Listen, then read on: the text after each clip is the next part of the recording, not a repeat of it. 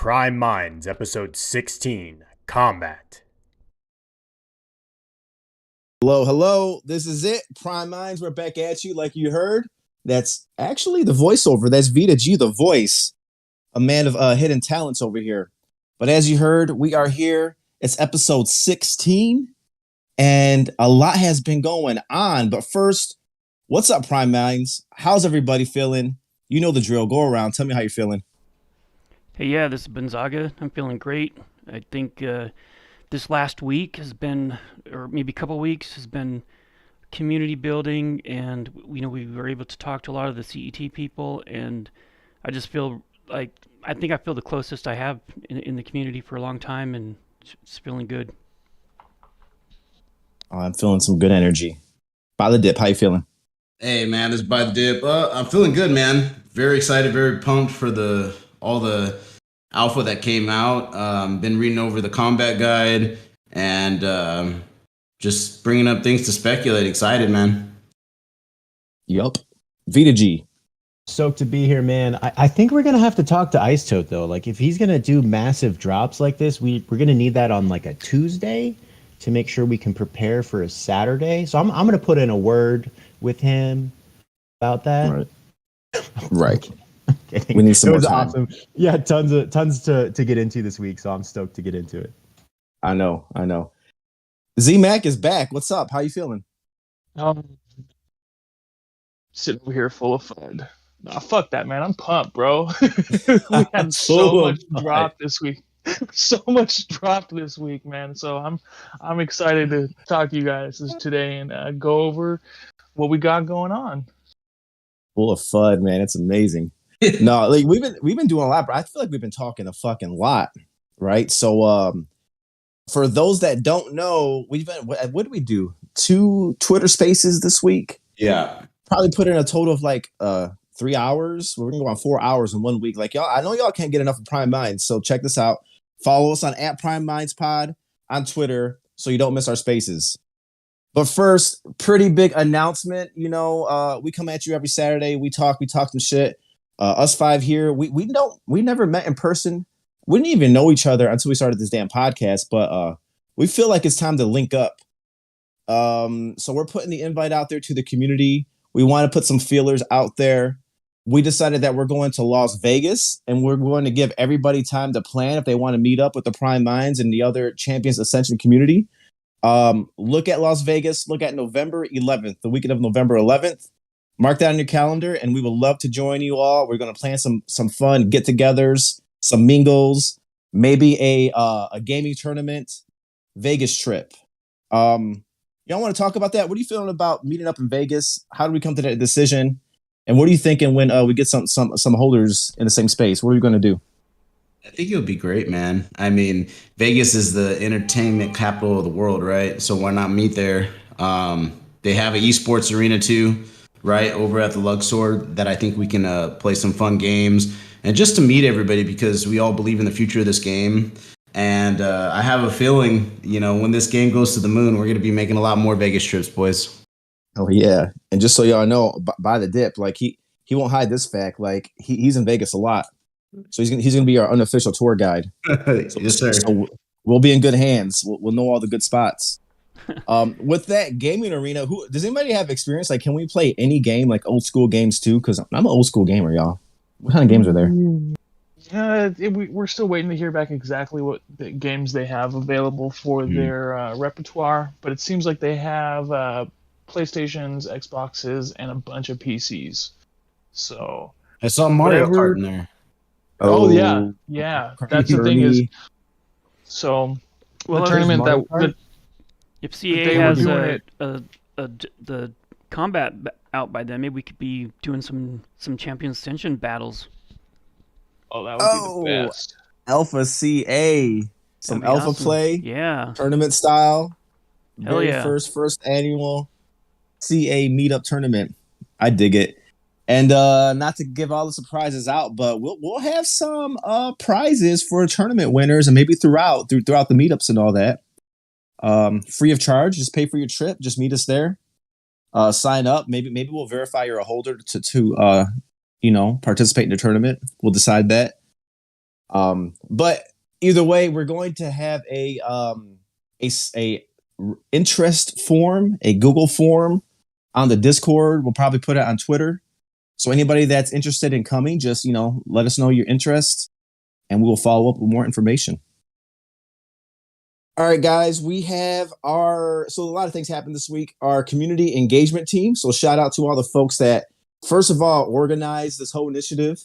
I think that's good and important. And to all the folks that stepped up to, take that extra step, take their valuable time and try to increase community engagement. Do we have a list of the winners? Yeah, I believe we do. We have Arkham, we have LT, Flying Llamas, Joyfriend, Luis B, Party Ship, and Zestria. Congratulations to you guys. Hell yeah, congrats, man. And By the Dip moderated 2 candidate forums. so people knew who they were voting for, what people stood for. So that was real cool just to have the folks speak out, talk about their ideas for the community, why they wanted to get involved. It's a real good listen. So go back to the Prime Minds Twitter, check those spaces, and it was interviews with folks that are on the community engagement team. We did a European time slot. We did an American time slot. So super interesting, guys. Check it out. Anything else on that? Like hopes for that? How we can help out or support that process with the CET? Yeah, I think. go ahead, Buns. Yeah, I think it's. I'll go. I was just gonna say I think it's important to make sure we voice things to these people and we utilize them. They went out on a line and they're there to represent us. So let's make sure when they ask like, what are some interests we have as a community, or what are some concerns we have, make sure that we interact with them and respond to them and let them do their representation. Yeah. That would mostly be in that Discord channel, right? So just throw our thoughts out there for them to process it. Yeah, they have like a community engagement Discord channel. Yeah. And one other thing was I was pleasantly surprised by Louis B.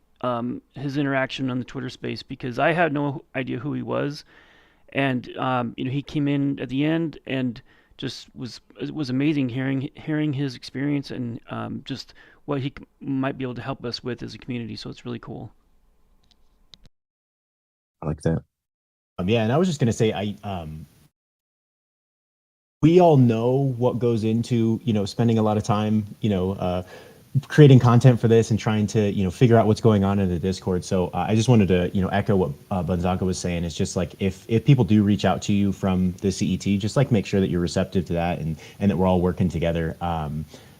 It was a super fun opportunity to get to chat with everybody on the Twitter Spaces. And I do just want to plug that when we host Twitter Spaces, that generally is an opportunity for us to get our community more involved in what we're doing here at Prime Minds, which is also what's going on in Champions Ascension. So if you do see those pop up, like please come in. We generally just have an open stage and you can just come and chat with us, see what's going on. So they're really a fun time and we're going to continue doing those, and we'd love to see you all there and get to chat with you. Yeah, 100%. So we have an extremely open stage. You can tell if you listen to the North American podcast or the Twitter Spaces. Hopefully we won't have any more situations where we're awkwardly silent like that. But we're all happy to have you guys. We're all members of the community.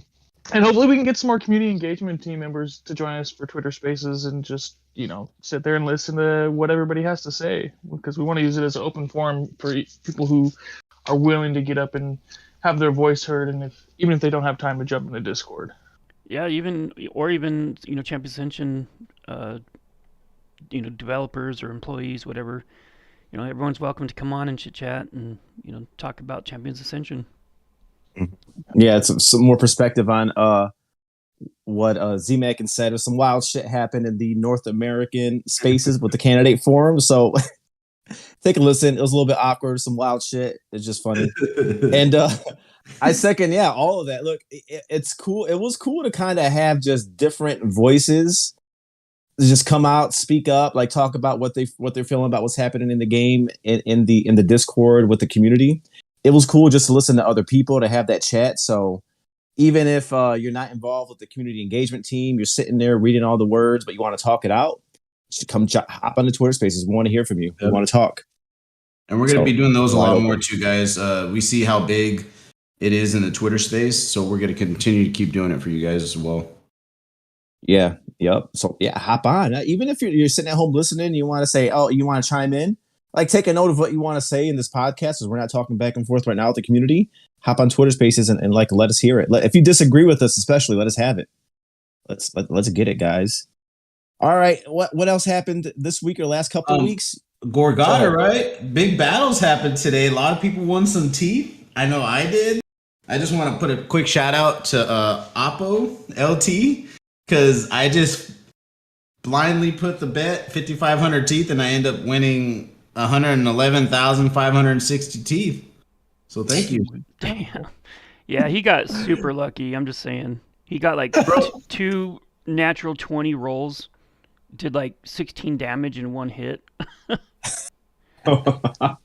Was that a LT versus Gonzaga? Oh yeah, it was good. When was that? Today? When was that? It was last night. Yesterday. Yeah. Oh man, it was good. It was fun. You guys. Is that tournament style? Does the winner move on to the next one or something? Yeah, he'll be moving on. Is that what is the semifinals, finals? What's the next one? Semifinals. There's like another set of 4 people battling, and then the final 2. Nice. Oh shit! I guess LT's the guy I'm rooting for at this point. Yeah, you beat my man, guy. I might as well root for you.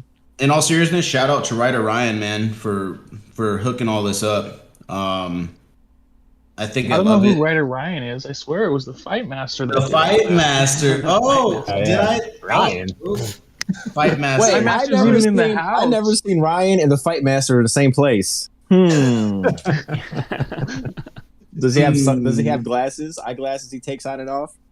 Ryan does wear glasses. Haven't you seen his Twitter profile, bro? Yeah, he takes them off. He's a Fight Master. All right. Dude, I do want to echo what Dip was saying though, just because this event has been so much fun.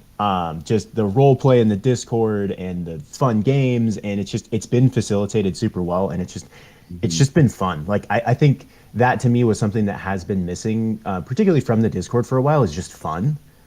And I feel like with pets and then with this little side game going on, like this has been a lot more fun lately, and it's made me want to engage with the community more. So I'm loving it. Super appreciate the Fight Master, and respect his anonymity. Right. Yeah, cheers. I think the community's more hype over both of those things. I think the only what they'll say is like delta things that can improve is in things like this. It's like only the top like 1.01% are kind of participating. And it's the same group of like overachievers and overperformers like Gonzaga, Vita, Mac, and LT.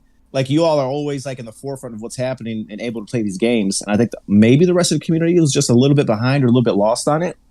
Yeah, there was a little bit of frustration that was voiced, and I know Ash is in the audience listening.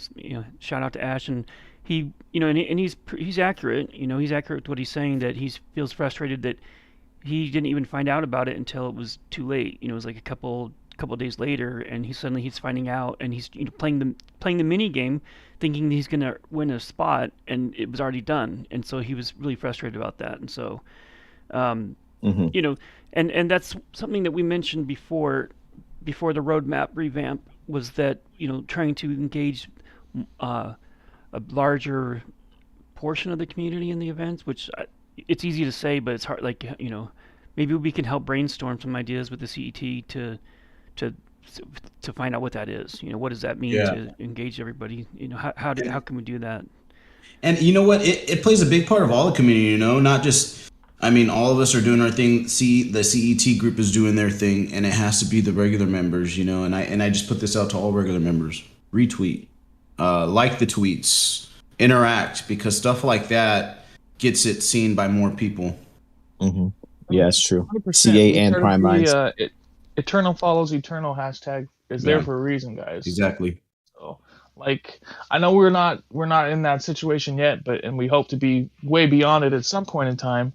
But Bored Apes got big by like ape follow ape. Yep. That's the type of thing that we need to do to build our community, and it takes each and every one of us to do it. And it also takes us being active in Discord, like we were just talking about. Like, we want to be able to engage the rest of the worldwide community, but to be able to do that, it's going to take the community's ideas, because the normal 20 or 30 people just staying active in the community engagement team, we're going to have the same perspective that we always have, right? So if you're out there and you do get a chance to listen to this, please give any ideas that you might have to involve more people and drop them in the community engagement portion of Discord.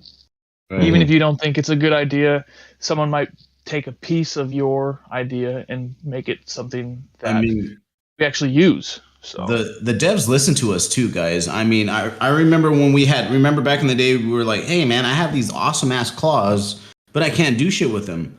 They're just a decoration. And look what they did now. They added slashing. It's in the combat guide, right? Which we're going to talk a little bit later about. But I just think that's such a perk to have. We have guys like Ice Toad, Chris Trummel, right there to where we can suggest stuff to. Yeah, and even a more recent example of that was in that mini game we were playing. Blitz and I were talking about, did we discover everything that was in the game? And I made the comment that I was like, I don't know, every time I play, there's something new. Maybe there's a cow level, and kind of making fun of the Diablo 2, secret portal to the cow level. And a few minutes later, Trammell was like, hey, reload the game. There's a secret there's a new level or something, and I guess lo and behold, he added some kind of a secret bunny level with like all of these bunny rabbits that would just instantly kill you. And Ash brought up a good point too. Just the recent video leak we had, right? Showing slashing with claws, biting with fangs, getting people with the horns. Yeah, I think that was so badass. It looks so badass. Yeah, I'm not gonna lie. I really like that. It's just, it makes it more. I mean, I remember when they were saying that we weren't going to be able to use our parts in combat. It was a bit of a disappointment, and I think everybody kind of felt that way. And so, I mean, I'm seeing them actually implement it and seeing that combat where they're just like slashing with their claws or ramming them with their horns and whipping them with their tails and stuff. It looks so much more badass, I think, than just like regular weapon stuff. Oh yeah, and Chris Trammell got into that. I think they definitely saw that how disappointed the community was when they announced that they weren't going to be considering parts for attacks. But not only that, but it opens up the repertoire and increases the combo length opportunities. So it's just makes sense to have included the parts. It wouldn't have made any sense to not include the parts. Right. That was part of the dev talk with Chris Trammell, right? Sounds like he got docked. I think he was going by an alias, right? Chris Trammell. Oscar Hobbs. Yeah, Oscar Hobbs. Yeah, which is cool too, right? Cool. We can get into that, right? We had the dev talk, and Chris Trammell just came out with just all the passion. Like you heard the passion just coming from the damn Discord. Talking about his history in fighting, history in gaming. Like he brought up some games that he was into when he was younger. I think he was trying to get on the teams of, or that inspired him. I remember he mentioned rock and roll racing. Man, I go way back too.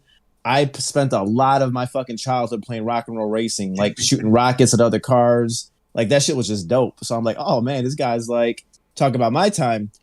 And then he just talked about his journey through the gaming industry, and then landing on what was that Lord of the Rings game that dipped like so much. Sports. Yep. Yeah, and then he's somebody that Ice Toad even looked up to and drew inspiration from.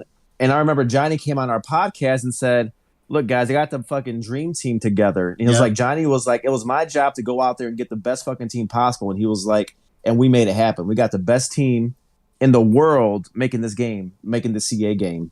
And it looks like they got the godfather of fighting mechanics to join them. And he just talked about a lot of the fighting mechanics, like his journey. Dip, you really like the Lord of the Rings game, and I think you asked a question if it's going to be similar to Lord of the Rings. You said, yeah, pretty much. That's my fighting game philosophy. So anyway, what's your feedback on that dev talk and Chris Trammell, guys? I love it, man. I just, Chris Trammell, like he said, this is the most in-depth fighting mechanic that he's ever made, and it's kind of like his mastery. So when I play Lord of the Rings and I'm an action guy, I need constant action in front of me, dude. So the way that fighting was, you chopping people's heads off, you're chopping people's arms off, you're just slashing. It's a fun game. So if he's saying this is gonna be his masterpiece, bro, I can't wait to see what it is, right? That's fucking dope.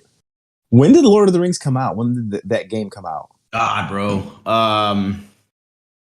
Shit. I was probably 15 like, years? nah, man. I was probably like 10, 11, maybe somewhere around there.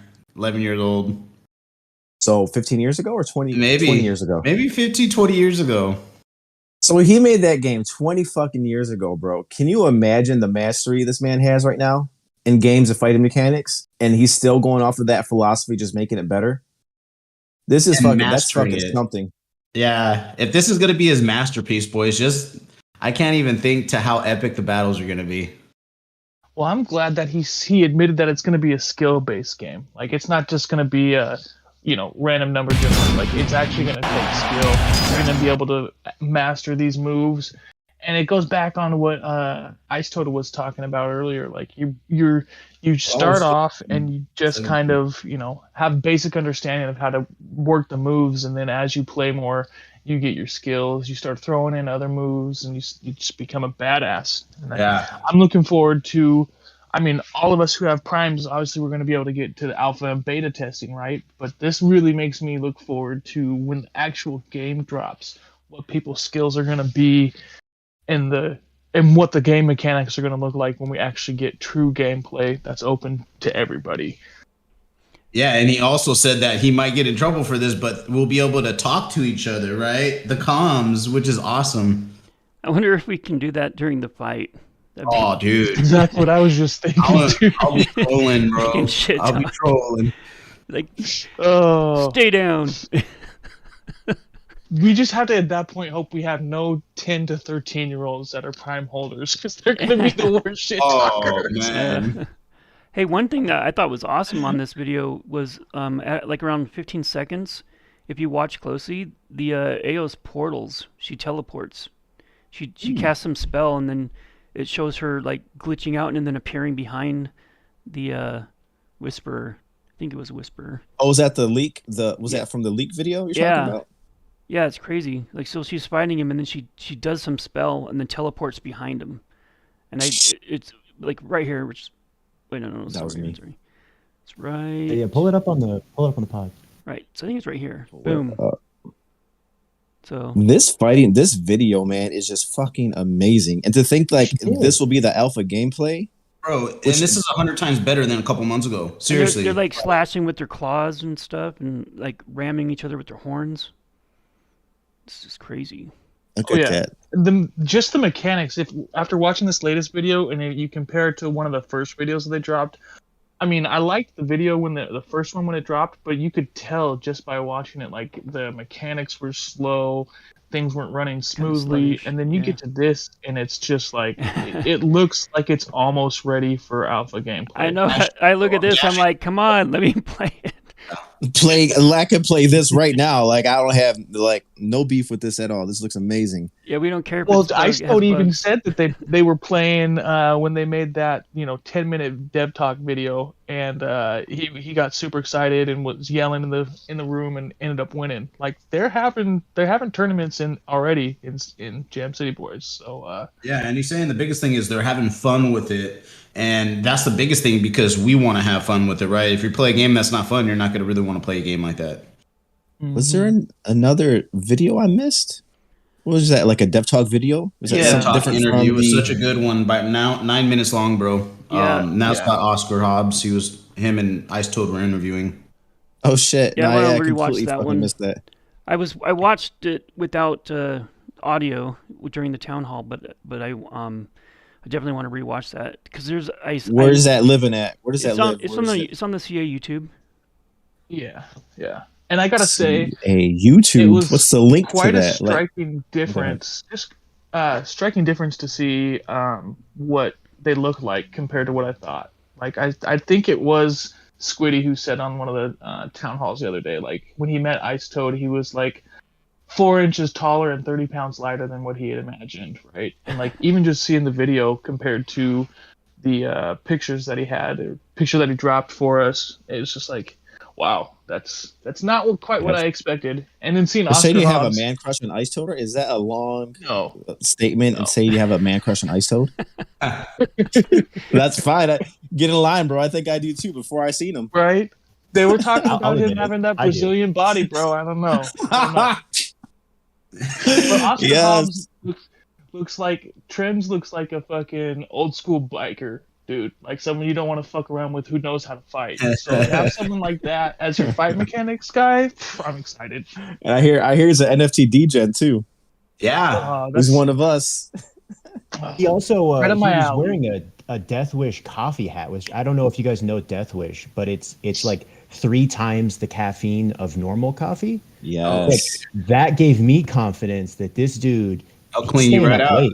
Oh yeah, he's on it, man. He's staying focused. He's staying up for hours. That's the kind of developer I want. Somebody who's having 3 times the caffeine.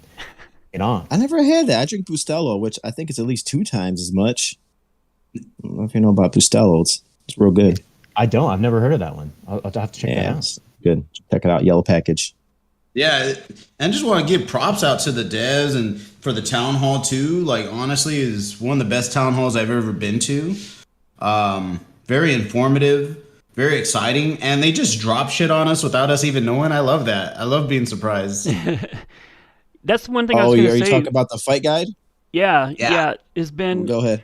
like in the last couple of weeks. It's been like everything has been a surprise, and I think that's been kind of fun. You know, we didn't expect that little mini RPG game that was really fun. We didn't expect the Gorgata tournament. That's been really fun. Right. The fight guide. You know, it's just like these. I feel like they're gifts to us. We are not expecting them, and like they're just doing all kinds of fun things. So it's really cool. Love it. Oh yeah. Yeah, I mean, so this is the one part that, like, I hate to say it, but I'm gonna go back to what I said earlier with the FUD. I love the fact that they're dropping all this stuff on us, but the few things that we have expected, they've kind of slacked on. So, like, I gotta bring it up. We didn't get any kind of vote really that I remember back in June for hats or shirts. And if we're gonna get a hat or shirt anytime soon, like they were talking about in July, it would be perfect to get it for summertime, right? Like that. Now's when the sun's out. If we're getting hats, now's when people wear lots of t-shirts. Personally, shirts. I really don't care about that. I mean, Same. if they just took that away and said, yeah, never mind, we decided not to do that. I wouldn't give a shit. I'd be I okay honestly with it. wouldn't. Yeah. Because I'm looking I didn't towards care about it when Spice it was Messina, out. and I'm looking. No, towards and it's yeah. it was more towards the point of like it's fucking awesome the stuff they're dropping us, but then they're kind of falling behind on the things that they did talk about. So it's like, Oh, I just- got you. if you want to just surprise us with stuff, it's almost I like surprises. But if you're gonna tell us something, just follow through with it, right? Oh yeah, that's true. That's true. Talking about to that point, wasn't there a vote on hats and shirts? A vote like either or you selected the one you wanted? Yeah, well, I think it hasn't. I don't think it's happened yet, but yeah, there's supposed to be a vote on either. Do you want hats or shorts? I thought there was already a vote. Honestly, in the next coming weeks, I have a feeling that the Slice Machine is coming out. Don't hold me to this, but I just have a good feeling, man, that sometime in August we're gonna have a Slice of Messina and we're gonna be able to. All right. Yeah. Damn. Give me We're a gonna be digital so Prime. distracted. Give me a digital Prime Minds hat or T-shirt in there. I'll wear it while they're out. Yeah, Drop that's the what I was gonna NFT. say, Dip. Like we're gonna be so distracted once that comes out. Like none of us are gonna be leaving our houses anymore. So it's like I don't really need a hat or T-shirt in my house. Like I want to rep that stuff outside. But if Slice is out, I'm gonna be nerding out hardcore in my house Unfortunately, 24 hours. my Death House sweater is just hanging up in the closet because it's 100 degrees out here in Cali. So be looking It good in seems- the winter though. It seems sunny Yeah. in Messina. We can use those caps. That's for sure. I don't know if it'll fit the Ilgris heads, but that shit will work. You need double if you got an Ilga, right? mhm. Give me 2. All right, guys, we got the fight guide. The fucking fight guide. Yeah. Are we gonna pull it up? Like, do you want to go Yeah, page by let's pull it page? up. Like, dive into it because I have not had time to process it. I skimmed it. It looks great. Oh, yeah. A lot of good lot stuff in of there. a lot of strategy, like skill based involved. Like even Chris Trammell was talking about like combinations, right? There's going to be the lead combination, then you can do the one to connect to like the fiercer attack. So I love those combo games. I don't know if y'all remember Killer Instinct back in the day. Again, I'm an old Yeah. school head. Oh yeah. Yeah. Killer Killer Instinct was that Instinct. first combo game. I used to put those things together. Killer combo. Yeah, combos showed up in Mortal Kombat a little bit. Like, Well, I think that's an amazing he worked part of on this. Clay Fighter, bro. He worked on like right around that same time as all that came out. He was working on Clay Fighter, so that I was missed that right one, in but the same. combos too. Another big Yeah. thing with this too, boys, is what separates primes from anything else is, and we'll see it in the guide here because I believe I read it in here that Prime Eternals are the only ones that can use the Fury of the Titans. Mm-hmm. Yeah. So Guys, can you drop yeah. the link in my chat, please? I can't find this fucking guide right now. Oh yeah. Here, I'll piece it over to her. Well, yeah, let's go through it. Actually, you know what? First of all, overall feelings on the guide. I think I just said my part. I'm pumped. Vita, what do you think I'm about really the guide? excited. Mac, go ahead. I was gonna say I'm really excited just because of the mechanics that it's looking like it's putting together, and it's giving us a lot of control. It's really gonna come down to the timing for a lot of people, right? As soon as people start mastering their timing, you're gonna see some amazing battles, especially people who. If you get two people who know what they're doing, it's gonna be some good fights, man. Something that we can sit in the arena and actually broadcast. Right. And it's not like you're going to be able to dash all day either because you got a limited time to dash and then it's got to fill up the meter again, right? Like you're probably only able to dash twice. So I like that because it's like, well, I can't just use a dash at anywhere. I got to kind of be strategic about it. Yeah. Yeah, energy meter for dashing. I think what it boils Is that down it? to, at least from the games that I've played, the way that, at least for me, the way that it works is you first get to know your character, like your abilities, your timings, like your weapons, and then as you continue to play and lose, you start to know other people's characters and their abilities and weapons, and then eventually you'll be able to predict what they're going to do before they do, and so you'll be able to plan a counterattack before they even try their attack. And so, I mean, it takes a lot of time to build a skill around this kind of combat. But that's what's awesome about it is it's easy to learn and difficult to master. And that Controller, baby. Yeah, those are the kind of games that are Controller. like esport worthy. But Let's bust into the combat. Let's bust into the guide. Okay. Let's see, y'all Yeah, doing so- your overall feedback. so first- we got the weapons first. Yeah. Yeah, weapons first.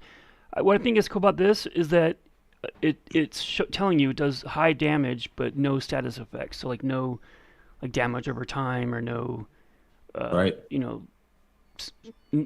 Buffs or debuffs or things. It just does kind of like flat Initial damage. Yeah. Yeah, when you make that connection. And a quick, if you look at each of these, like you look at the shields, dude, you look at the swords, they look pretty fucking badass. That dude. look dope as fuck. Look at that Dope. glowing sword. That's one of the Bro, that's one of is the that like a toys. lava whip at the end? I A just see a lava big ass- yeah, man. Yup. Let Yeah. me get a lava whip.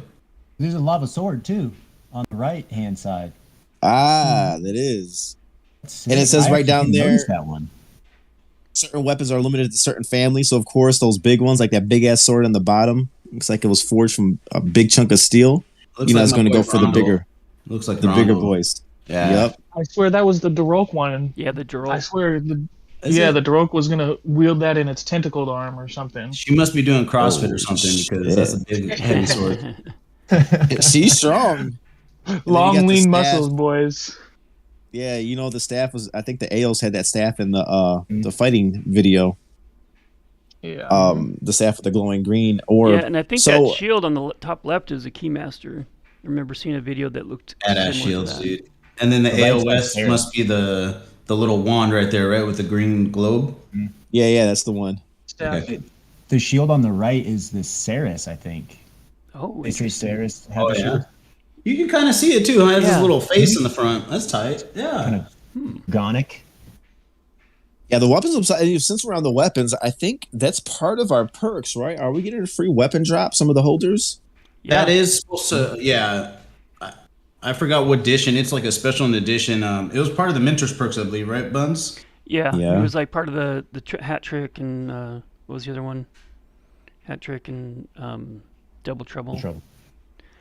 Yeah, I think if you Okay. if you look at your perks, I don't know if it's on there yet, but I think I think it was basically the same as the Zivas. So like if you, so for example, I got 5 Zivas and so I think I'm gonna get five of the bonus weapons. Yeah, and not to get too far off the battle guide, but I wonder if you'll have to match those up to even use them. Because right here it says, certain weapons are limited to certain families. So That'd be dope. maybe some more trading in order.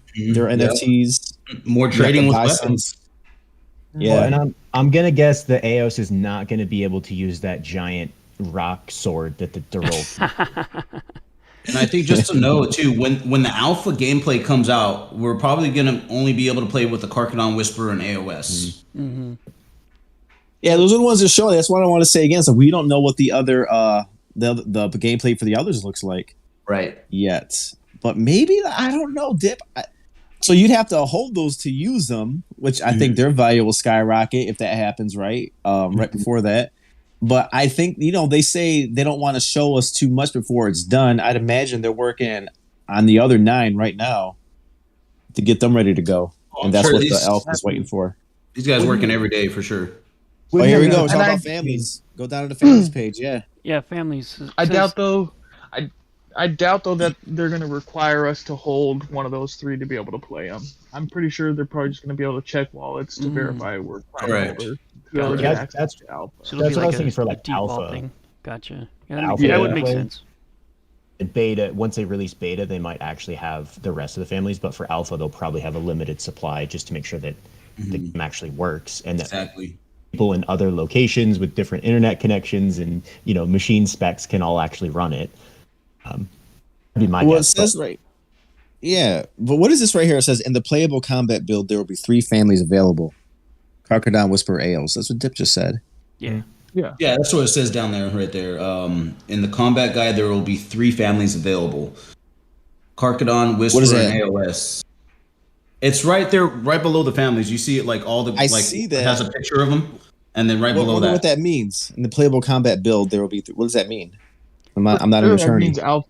They're talking about the alpha for sure, but that doesn't necessarily. It could mean beta too. I'm not 100%, right? And So it you're could be saying that you won't have to be holders of them to play it? They'll let you play anyway as long as you're a holder? that's what you're speculation. That's what it sounds. Right, yeah, Yeah. maybe. So what it sounds Yeah. like when they say playable combat build, it might be a separate application. So there might be something that we run as a Sisa Messina, but then there might be something else that's just only focused on combat. That might be a separate build or something. Well, it says combat build, so maybe there's another version of the combat guide coming out that's going to touch the other families as well. And This is Also- definitely labeled as V1, right? Yeah, V1, yeah. V2 I said- might be coming out with the others. ISO did mention this is going to be a living document, right? It's going to get updated. But I'm also just thinking, as they were talking about alpha, they didn't say that alpha was just going to be like an open to everyone at all times, right? Like my understanding from what they said is they would be inviting people to join alpha gameplay at specific times, Yeah. and they would be able to play it for a little bit, see what happens, and then those players would essentially be deactivated. So that's why, to me, this means you're going to have those 3. You're going to get invited into a play session where you will be able to, as long as you're a holder and you're verified as a holder, you'll be able to pick one of these 3. Yeah, that's exactly what that's how it seems like it would work. And I wanted to show you guys something on the guide right below the families where you see the picture. You know where it says essence? Mm-hmm. Okay, it says the essence meter is basically equal to the champion's super ability or the Fury of the Titans, right? Right. Initially, below that, it says initially this will be limited to arcane death and life. That's where I got that from. Okay, that makes sense. Only primes obviously would have that for now. For now. Interesting. Yeah. So the elementals won't have it then, possibly. I Start off- Since we're bet on you this they'll have it by subject- the time they release regular. At least, and not gameplay, maybe not the Fury of the Titans. Maybe they'll have something else. That's Yeah. like- Will there be an Lesser. advantage for just a prime over the essences, since we're talking about essences and families and all that? So will there be a fight advantage if you're holding a prime versus somebody holding some of the elemental? Oh yeah, for sure. Because Next you're going to be in this, you'll be able to use the Fury of the Titans. That's going to be your biggest thing right there. Yeah. So even just that, if you have that advantage to use that, it's a big one that the elementals won't have. I mean, other than that, you're just going to be talking about the divinity portion of the combat guide. Would be the only other advantage that they have. Because Some of elementals them are gonna don't be able to have divinities. purity I got a too. bit on the floor prime that has no Ds, so Right, and even Chris Trammell said in the town hall, right? He says if you have a 0-0, you can beat somebody that has a 4D And 3P or 5-5. whatever, yeah, or a 5, whatever they have, right? It's just all based on skill, which I love it because right, we're going to be using weapons, we're going to be using armor, all that stuff's going to factor into this. Mm-hmm. Yeah, and like Clinton said, there were leaks with Keymaster movements, and that's what Yep. I saw and made me think they're going to be kind of like a tank, or kind of like a paladin or something. A true Karen. Yeah. So that Take it just all. something that. Yeah, that part. Yeah, each character has their own movements, their own styles. It says that under families, maneuverability, health, defense, damage, available weapons, special buffs. So we kind of went through that with our interviews with Ice Toad and others. The essence, of course, the rock, paper, scissors. We know that death gets beat by life, life gets beat by arcane, arcane gets beat by death. So Right. that will come into play in the fighting as well. We talked about the parts, guys. Like parts is on here too. Like Dip said up on top of the show, we were talking about it would have been cool if the parts had their own types of effects, damages, movements, and it looks like we got that. Yeah. It will play more into the skill base of the game. You can What's use your your thoughts? tail too. I like that. Like, say if you have a death tail and you use it on someone that's a life prime, maybe it gashes them and it poisons them, and it's kind of like slowly over time, taking their damage away. Yeah. What was that? What is this? So it says each champion have up to 5 active parts, and we know though those are the ones that can be divine or not divine. I think it's an easy way to put it. And I was looking at this and thinking what the war paint passive ability is. I was wondering what that is, and then thinking about I know the Fenrir, and it might be one other one that has all the other 5 and not the passive ability. Is that going to be OP? I think Warpaint is going to be like a spell. Like it's going to help you against some stuff. Like say if your Keymaster has a war paint and it's an arcane, right? Maybe certain moves from a life prime will not affect it as much because they have the war paint. Yeah, in games like Heroes of the Storm and League of Legends, every character has like a passive kind of thing that just helps throughout combat.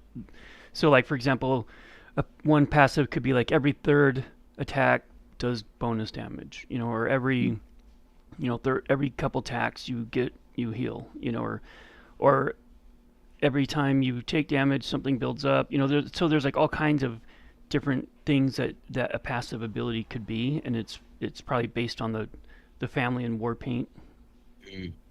Yeah, exactly. And also the movements, right? Like we have a big feeling that this is going to be played with controller. And I don't know if you guys ever play. I play a lot of WWE games. The past one that came out, 2K22, where you can lock on a certain opponent with a certain button. Like they're saying, you could flick on the right stick to lock on an opponent you want, or you can have a free mode to where you could just, like, if you're in a brawl, you could just go to anybody and hit them, right? Yeah, it was if you both do your shield break at the same time, then you go into that lock weapon mode where you have to like press the button to overpower the other person. Yeah, no, they have a guard mode too. What is it? Where you like can lock on an opponent and fight them only. Like say if there's 10 people in the arena fighting, and you can lock on just that one person, right? And then you can unlock them when you want and go to somebody else. Yeah. Yeah, right. Mm-hmm. I like that. The pretty much the battle. You know what I mean? When you're both doing the block breaker and you come in and you do at the same time. Yeah, that reminds me of Gears of War back when they had their chainsaw bayonets. Yeah. You both are in a chainsaw battle, and then the loser gets sawed in half. I mean, obviously it's not going to be like that in this game, but same. It's nostalgic, man. This whole entire battle guide, like I don't know how you guys feel about it, but it's like very nostalgic for me. It brings me back to like when video games actually put the little booklets in the front of the box or the disc case. Like games now slip like a single piece of paper. Maybe it's like a book where you open it up and there's no pages, right? 2 covers and the inside pages. I miss games that came out with stuff like this where I would sit down with it and I would read for 20, 30 Read the minutes the book instructions. that came. Yes, Yeah. before I even played the game. You know what I mean? Like, this brings me back to that. And the last game that I played that had that was Zelda Breath of the Wild, and we had to buy a special edition to get the extra book. But, like, this Combat makes me guide. look forward to. Yeah. Not only is it a combat guide, but it's like a small condensed version of the lore. It kind of tells you the different NPC characters they are and a background on them. So, like, I remember I know. I need hoping they this. drop something like that for this too. I need this printed version. Yeah, I think I need to go to Kinko's and print this out, man. It's just looks fucking amazing. So yeah, Print understanding on combat. cloth Look, paper. just like Dip said, it's got the controller on there, so it's like they're going off basic controller. You heard Chris Trammell too. He was saying that he loves the console gaming. Yeah. That's where he came up And on. That's his main thing. So this is made for the controller. Go on What do y'all think? Xbox or PS4, PS5, mobile and web, bro. I Yeah. mean, you're talking about like we're shooting low at 1 million players. That's shooting fucking low. Like if we could do that, I mean, you see some of these games, Fortnite, Call of Duty, hundreds of millions of players. Yeah. Just having them available. Gonzaga's got it up right now on the screen. Like, this is they put out the control scheme as an Xbox controller. Right. So like I know they're gonna drop this on the PC first, but they specifically put this out to be played with a controller. Yeah. And the buttons actually, the mapping is a lot more realistic and easier for gameplay than what I thought they were going to try and make it, right? No combo buttons. You don't have to push like 3 buttons at once to try and do something. Right. You know, like it's actually very simple and straightforward. So the combat scheme looks very user friendly, and I'm excited about that. Yeah. That's the thing I think that they've like continually said, or that I've continually heard from the developers, is finding that like simple but hard to master sort of mechanic, which I think to me is one of the most fun things to play. Like I told somebody, like, I play Cuphead, right? I love Cuphead. It is an extremely simple game that is incredibly hard and complex to master. So I just like that, and I feel like even just with that scheme that we see on the controller, that to me just kind of has that general vibe of like, oh no, this is simple. This should be pretty easy to pick up. Anyone should be able to pick up their controller and be like, yep, this feels like a pretty normal, natural game to play. But then once you're getting into, dodging and feints and parries, and there's going to be a ton of complexity to this. Yeah. Well, and that's what makes really good esports games. To be quite honest, is that it's the entry to learn is easy. Anyone can get in and anyone can play. But then you see these masters that are just like next level shit. Look at how they're thinking, which is what you want to watch. Guide. You want to watch that. You just want to try to look at this. Yeah. Get better. Anyway, sorry. Go ahead. No. Like, just coming right back to like where we're at in the combat guide. Look how they're thinking about this game. It's the 1v1, of course, but it says when multiple opponents are available, flicking the right analog left stick will cause your character to select new targets. So it's 1v1, 1v2, where you can go back and forth, right, to lock out of different targets. Yeah. And then you got the free mode where you can run around, move the camera around with the analog stick, again, like the other analog stick, and then just fight multiple opponents at one time. Like, they're really thinking of expanding this game, like in the arena 1v1 to go through those 2 modes, but even PvE, even, I think this will make sense for that. Oh, they're building all that in It says right in the now. combat guide. It says in the combat guide too that, like, even if you're not locked onto anybody, when you swing, you're gonna hit the closest opponent, right?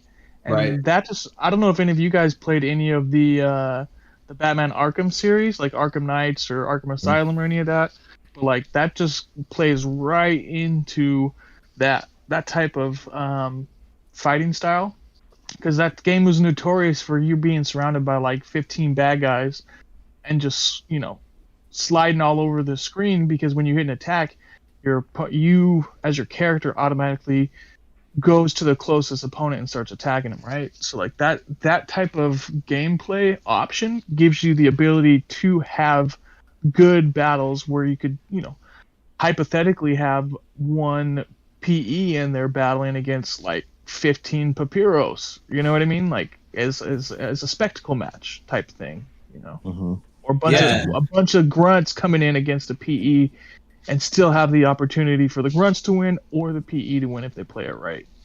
And I love how they just put in like the parry, the block breaker, and it's so easy. You press LT and you just have to time it right? Like how cool is that?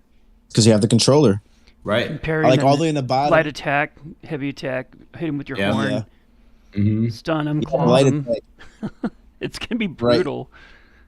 Yeah, right at the bottom it says the weapons. You could go between light and heavy attacks. You got like the jab and the fierce. And I'll take this back to like Street Fighter 2. I remember they allowed you to like put your buttons on your Super Nintendo controller to kind of customize where you wanted the buttons at. I'll tell you what, and Dip taught me this term of sweat. I was like a 10-year-old sweat in Street Fighter 2. Bro, I used a lot of jab like to get the quick hit and like to stick and move a little bit and just throw people off. So I think that jab is going to be super effective. Like that light hit, move around, light hits, and then wait for that heavy attack. I'm excited to see who the sweats are gonna be.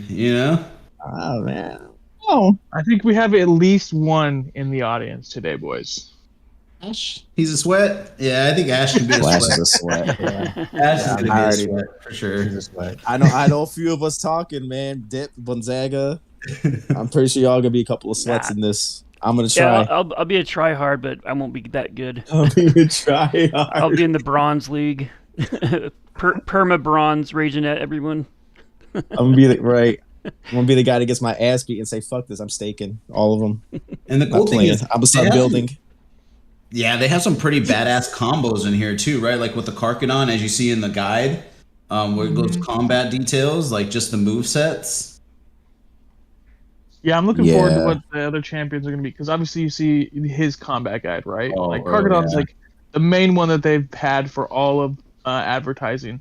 Yeah. Like, I mean, I hold a Cirrus. I want to see what his combat's going to be. Mhm. I want to see what the gatekeepers, like all the pictures they have of the gatekeepers, they look like they're pretty fucking badass. Yeah, they had So the thing. they had a little. Oh, go ahead, bro. Oh, I was just gonna say the challenging thing with that is to make them unique to that character. So like right now they're focusing on these three: the Karkadon. What was the other one? The Eos and It was Whisper. Yeah, and so it's like, I mean, you can if you look at other games like League of Legends and Heroes of the Storm and stuff like that, like these MOBAs, like every character is a unique character. Like every movement they do is unique to them, and so it just takes a lot of time and like iteration to find that for each of the races.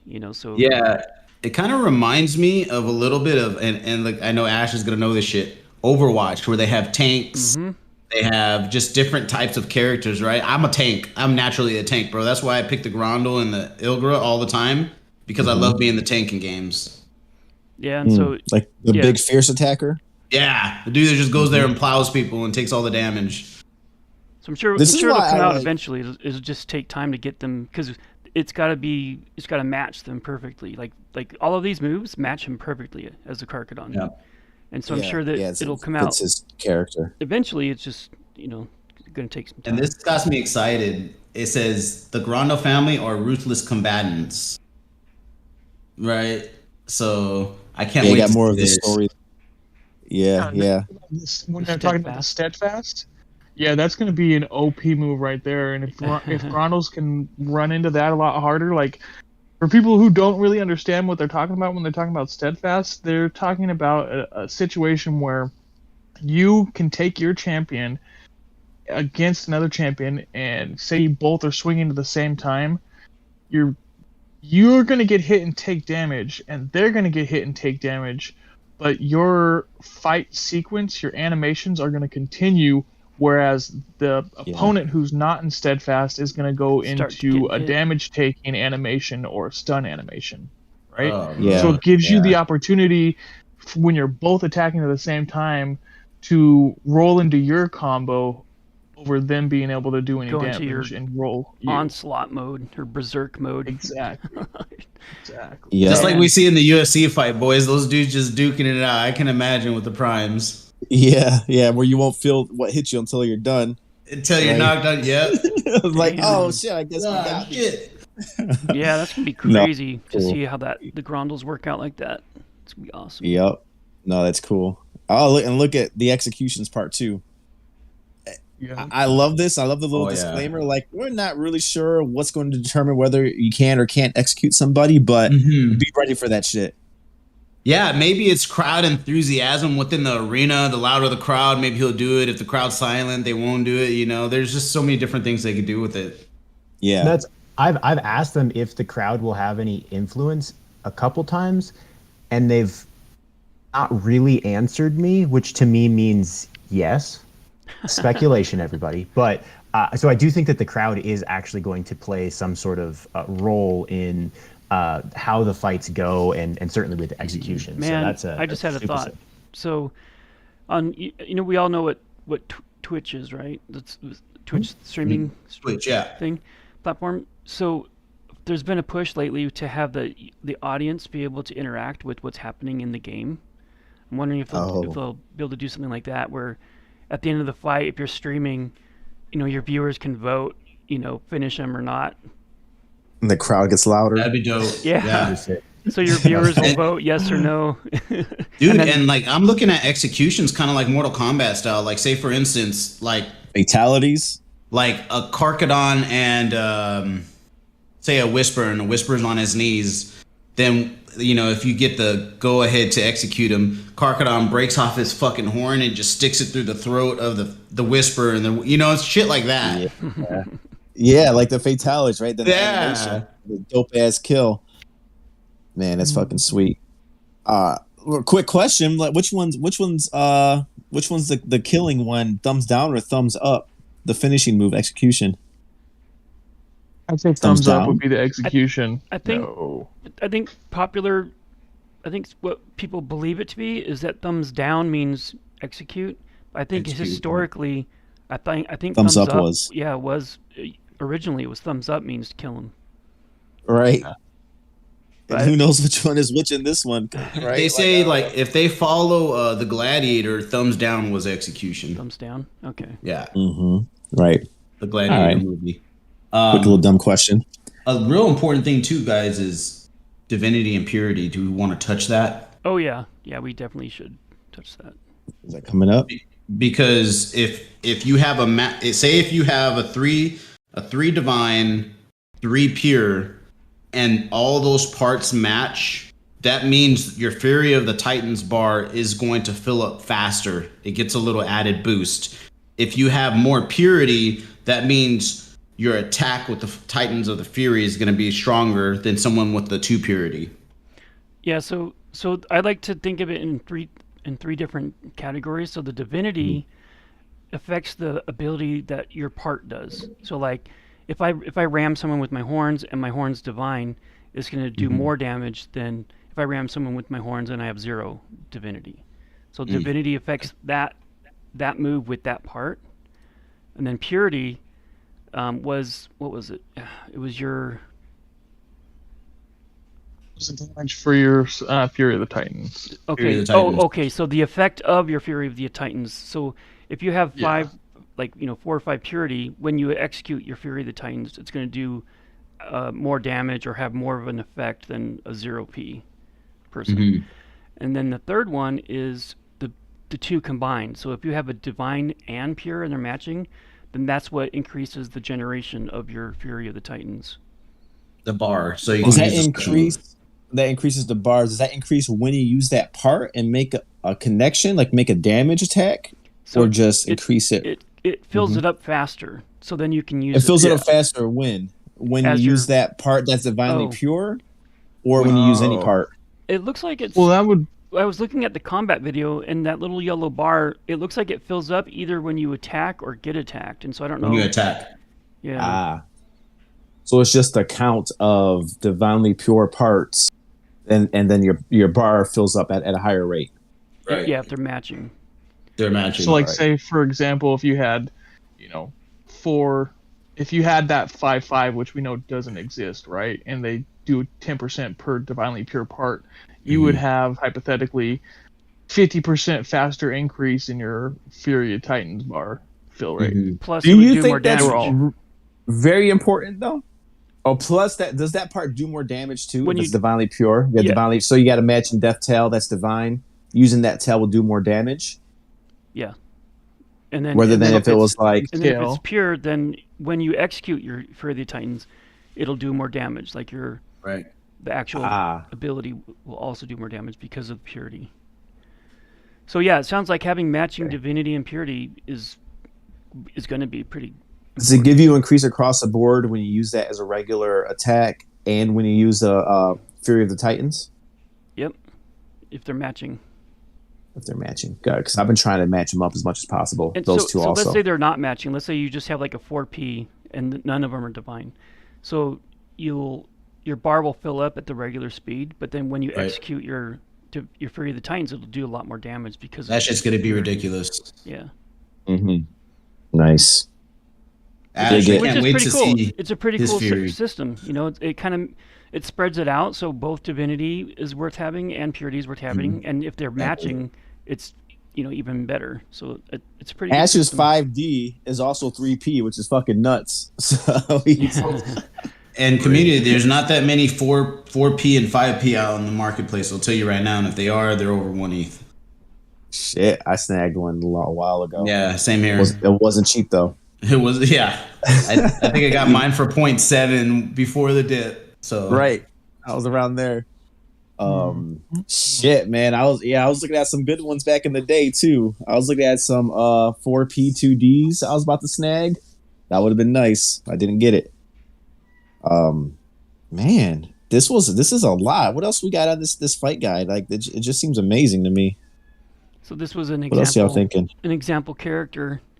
I like the description of this Fury of the Titans deluge. It says heavy rain starts falling on the arena. The champion and his allies receive 100% more healing, reduced damage by 50% as long as it rains. Every time the champion deals damage to an enemy, duration is extended by 1 second and it lasts 10 seconds. I didn't even see that. I didn't get to this last page yet. that's dope, dude. That sounds so, like it would be so cool. Like you're just fighting the battle arena, you hit your Fury of the well, Titans. level 3, so that would be divine 3. Am I wrong, or is that 3 pure? Pure. Pure, I think. Pure? It has Oh to do with the shit. Fear of the Yeah, Titans. this one has the- Divine 2, Purity Mhm. 3. Yeah. Take his life with 3 life parts. That's gonna I be got it. something to see. But can you just imagine, like, all of a sudden, like, storm clouds start forming and the sky turns dark and it just starts raining? So basically, what we're saying is like watching these high divines, high purities, like Ash, like some other people who have a three divine, 4 pure, crazy shit like that. These matches are going to be epic. Watching those two fight, Yeah. that's going to be either way, guys. And I'm going to tell you, like we talk about this all the time. Oh, a 0-0, can be a 2-3 or a 3-3. Yeah, you can until you get a motherfucking sweat running a 3-4 or a 4-4. Then what? You know what I'm saying? Then what? Right?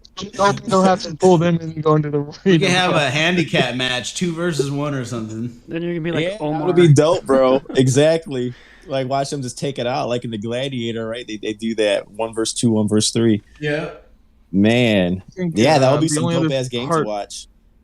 I think the only other part of this guide that we kind of need to touch on is where the champion parts and their special attacks, right? Yes. Because it's talking about.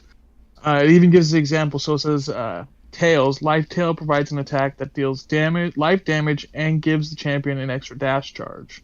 Whereas like a Death Tail provides an attack that deals death damage and knocks the enemy down.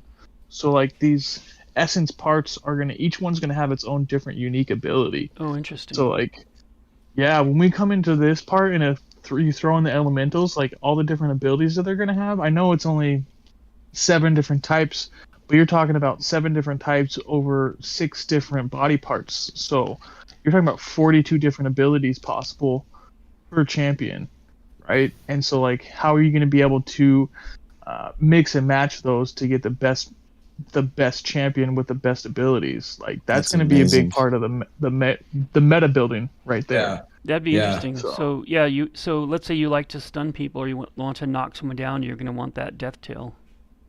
Mhm. Yeah. Wow. You Each could- little you could- part. Or So can you even the imagine Death What else if are they Tail- gonna do?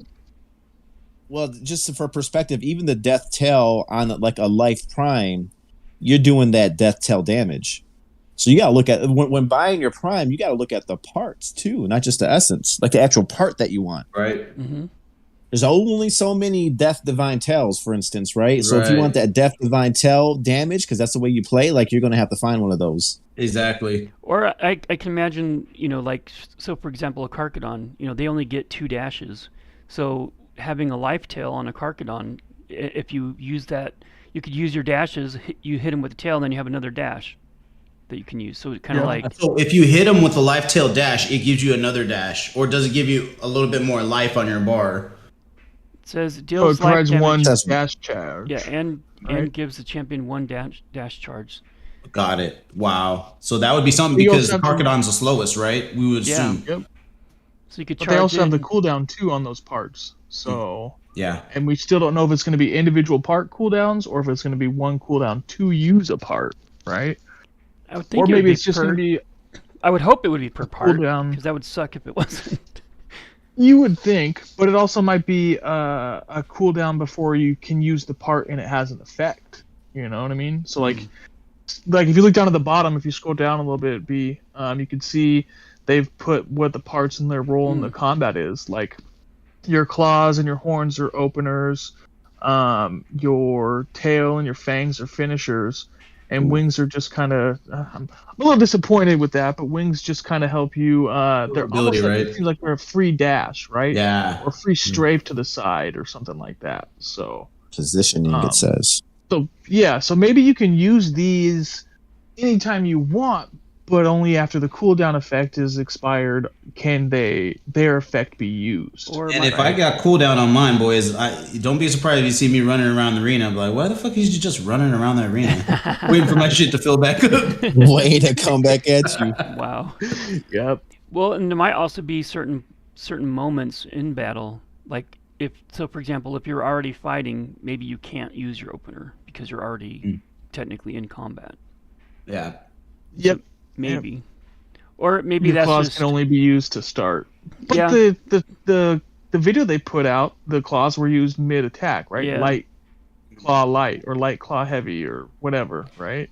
so maybe that's I- just like even- the ideal moment, but maybe you can use it whenever. That's kind of what I was thinking. Like, I think it was Ice Toad that said it when he was on, where he was like, these manuals give you, or maybe it's in this one, I apologize. These manuals give you like the developer's perspective on how to use things, but they're not exclusively the way to use things, Yeah, right? Like, because I could see, if someone's about to die, I'll just claw them. It's like that'll be my finisher, even though it's yeah. Right, You know. of course.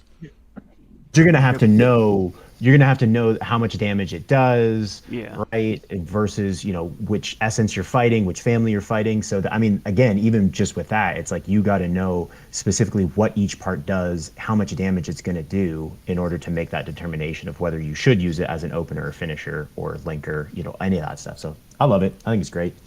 It's Me awesome. too. It's funny talking about that stuff now because it reminds me of a game that I used to play called Contest of Champions by Marvel, right? And at this point there's over 200 different champions, and when I first started playing there was over 100, right? And it's like I remember watching my brother play and I'm thinking to myself, like, how do you remember like what these champions are? Because each one has a different moves, they do different specials. It's like, how do you remember all this stuff? Like, it would be so hard to be able to play this game because you're like, I'm never going to be able to memorize who does what and how to dodge this and avoid that. And it's like, as you just play, you play it and you just get used to it. Like, Yeah, it's just like something Mortal that Kombat or clicks Street in your Fighter. brain, right? Yep. Right. You get used to playing these characters, and we're gonna get used to playing these parts. And after like a month or two of playing it, everyone's gonna know what every part does, how to avoid it, how to dodge it, what the best combo or counterattack is, and that's when it's gonna get really fun. Is when we have people playing it who know what the mechanics are. So Right. When it comes to playing and watching it, right? Then you can see like people who really have that extra special set of skills putting that shit together. That will be dope.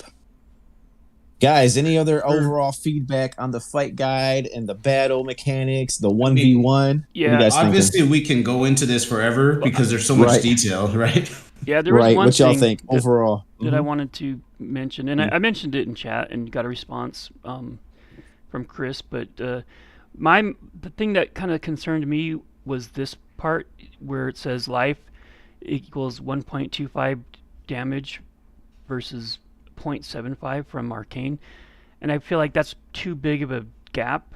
I think that like in the circle how like life beats death, death beats arcane, arcane beats death or Yeah. whatever.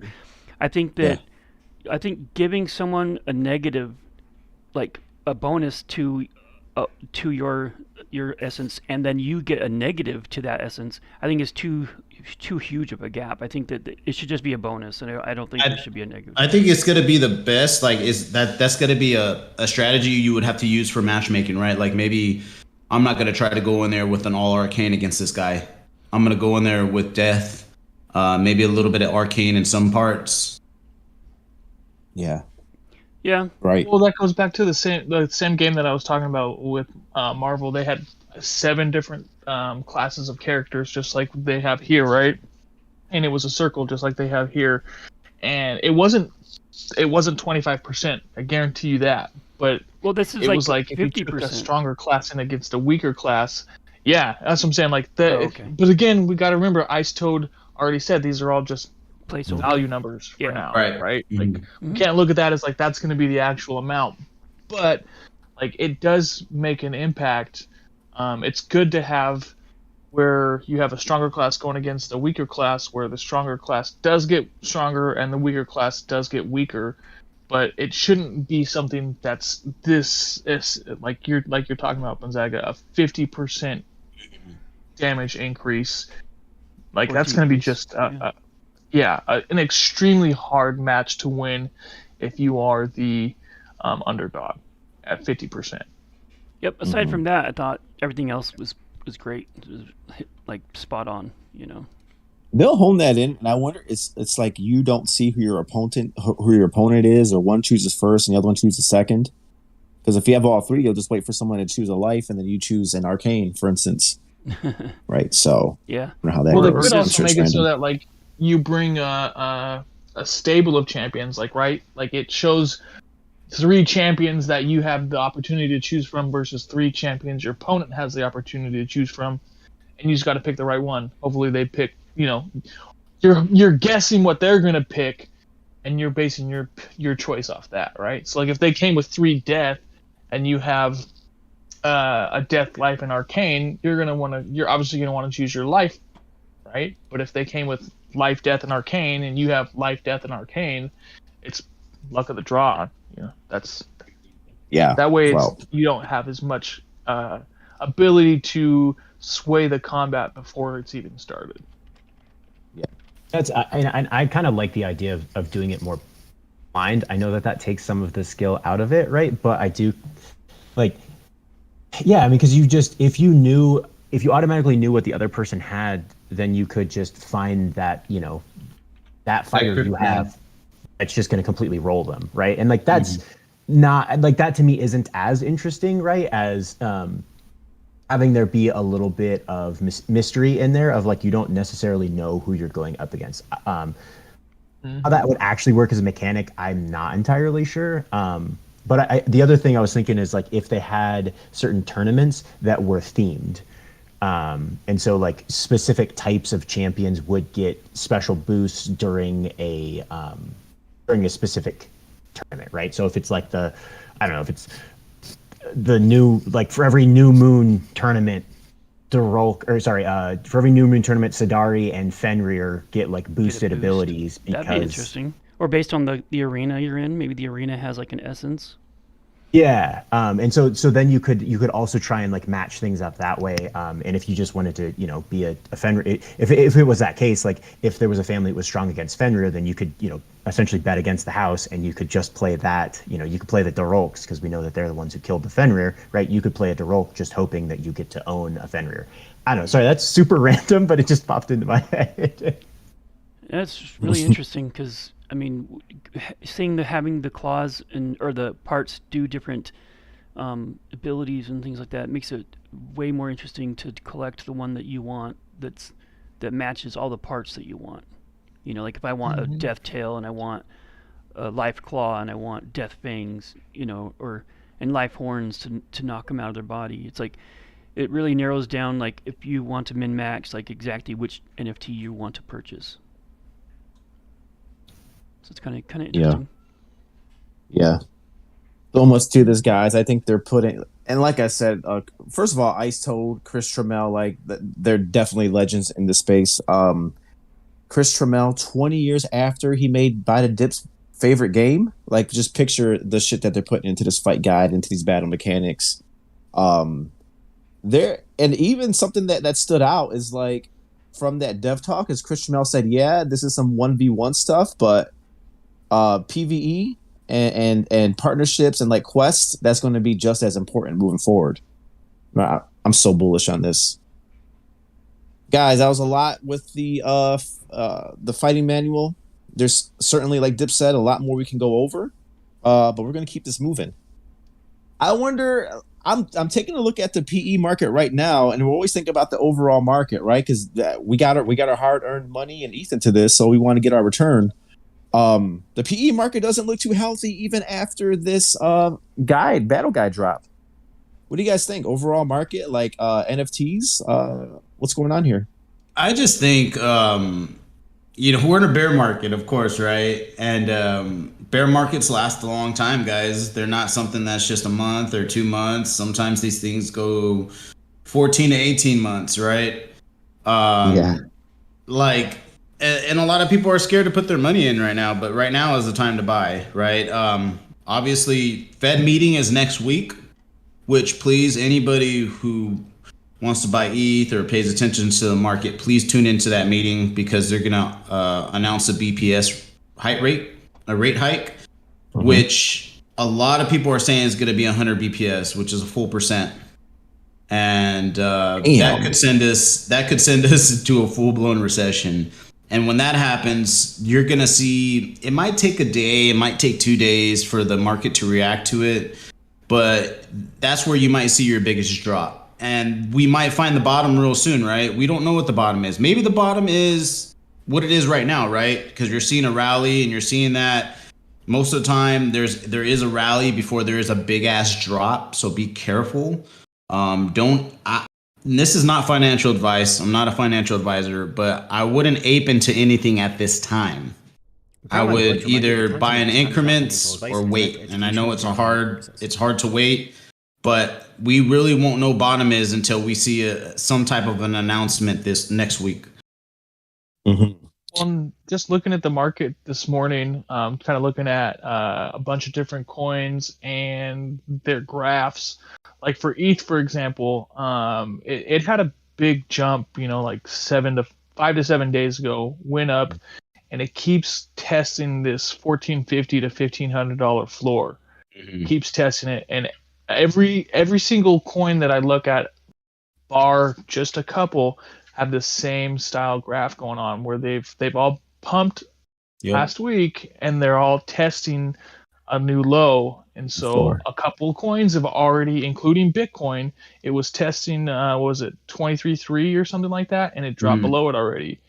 So you kind of got to watch, like everything's already starting to come down and test these floors, and a couple of the indicator coins are already starting to break below it. So. Right, and again with Ethereum announcing their proof to stake coming in September, that's why we see a little jump in ETH too.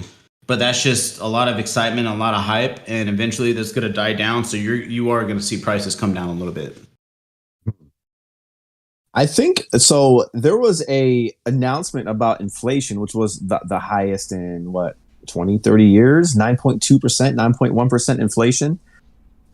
Some people are saying it's starting to level off though, right? So if inflation starts to level off and we've seen the peak inflation starts to come down, the Fed might not increase it at 1 full point, right? If they don't increase it 1 full point, that's what we're expecting.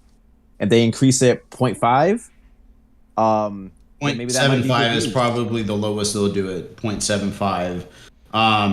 Which and is I still mean, high. Which is still a big ass number. which you see, oh yeah, we have a little bit lower gas prices and all that, but that's just because we're using our reserves. It's not because the economy is getting better or inflation's getting better, because it's not. I think ultimately they're gonna have to do a big hike, which is I'm really waiting for next Wednesday. So tune in next Wednesday and we'll see what they got. But usually when you start hearing media reports constantly saying 100 BPS, 75 BPS, I think there was a report 80% were in favor of moving it up 100 BPS. Mm. We also got to take into consideration that inflation is over 8% right now, year over year, right?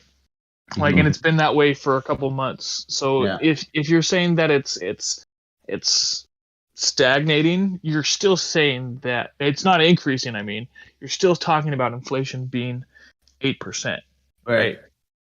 Like, if you take that into consideration, like me, I work in a union and we just renegotiated our contract, and we got in regular times a really good contract where we have an increase of 3% on our paycheck per year, right? In a normal situation, that's awesome. Right. But like, I got up and I was yelling at the vice president of our international union.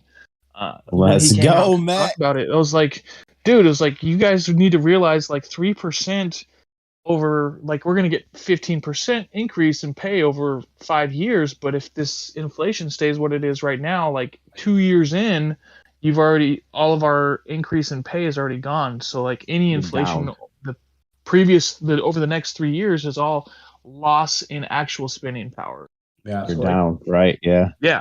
So like, we're actually losing spending power out there right now until we get this shit under control. Got it, bro. Look, we're not flooding the overall market here, though. I'm gonna stay optimistic. Not. Crypto. We know crypto follows the technology market. ETH and Bitcoin and all that. We know NFTs might be following ETH. What's the NFT situation looking like? I know we have our own resident DGen, ZMackin. What are those NFT projects looking like? Are they dead? They alive? People still got faith in NFTs? What does that look like? I still have faith in NFTs. I've been noticing a lot of projects, dev teams, though, have just been crapping out recently. Like, I tried to mint. I was actually in 2 mints yesterday. One of them was just kind of an issue because the development team decided to only use MetaMask and only for PCs, which they kind of pigeonhole yourself as a team when you only use MetaMask. I fucking hate MetaMask personally, but they had a lot of people that were upset because they've been longtime supporters and were unable to mint at the time. Even though the team's like, it's a long mint, this is just the first generation that they're doing, and it's going to keep going over the next couple of weeks, different generations of NFTs. But that was just one. The other one was a free mint that I've been following for a couple months, and I still have been unable to even determine if they minted out because of just they're using a proxy contract, and they've got a lot of people pissed off. But on the flip side, like, I was listening to Squiddy's Town Hall the other day, and this Nickelodeon NFT, which I don't know how I missed out on, but I missed. I'm pretty sure was an airdrop, and I was on their Twitter this morning, and they've already got NFTs that are not even top name Nickelodeon characters that have sold for over an ETH. So that's automatic branding. Who do they airdrop that to? Like, who got the airdrop? It from the little bit of research that I've done, it was people who just registered or were in their Discord, right? Like, it's just normal whitelist type of stuff, pre-mint registration. I didn't see anything about a Gleam contest like we had with Champions Ascension for whitelist, but just got to be in when there. they talk about airdrop, like, airdrop means you were giving it for free. So, and real quick, Mac, right. Mac, you're into a lot of crypto, NFT projects, right? We understand that there's a lot of scams coming up too, right? And that's nothing that's going to slow down. The next bull run, there will probably be even a lot more scams. What's best practices, 100%. Man, when you're looking at these, not well-known NFT projects? What do you do? Oh, we could have a whole podcast on that, but I mean, give us some top lines, bro. We'll do a whole, right. Let us know. You have a couple different options. Most people advise doing a cold wallet, which means you are taking it's a piece of hardware that you put your wallet address onto. You unplug it from your computer and it's completely disconnected from the internet, which means no one can transfer things in or out of it unless they have your seed phrase. That's the number one piece of advice I would give at any point in time is protect your seed phrase. Write it down on a piece of paper, put it somewhere where no one else can find it. Um, don't send it to yourself on any kind of electronic format that can be hacked. Don't do anything that's stupid.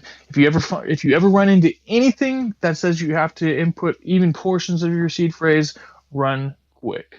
The second thing would be only click on links from trusted sources. And make sure you go and over anything that you're going to approve contract wise, like when you go in and you click something on your MetaMask or anything that pulls up your wallet that wants you to sign, read the entire script every single time, because you never know when something's going to get hacked, and it's going to go from something you trusted, come from something you trusted, and it's going to be a slightly different signature that you're putting in, and it's just going to give them access to everything. And when you have someone that's malicious and they have access to everything, they're going to drain your wallet really quick. That is why I personally use multiple wallets. I have a wallet that I use. I call it my escrow wallet because I put money in there when I'm ready to buy. I usually have just a little bit of money in there, and it holds my NFTs just to mint. And as soon as I get done minting, I send it to my holding contract or my holding wallet. So the only thing my holding wallet interacts with is my own wallet or a staking contract. And I don't even stake to begin with. I wait until other people have taken, a week, 2 weeks, a month to verify that the staking contract is safe before I will let my holding wallet interact with that. Right. Yeah, I think some big takeaways for kind of a novice one like me is, so, and I don't do the best practices, but for one, yes, just interact your wallet with sources you trust. So if it's like a CA on OpenSea, right, and I know I'm on the right link, and I know that's the CA OpenSea, like I can interact my wallet with that because I trust that one.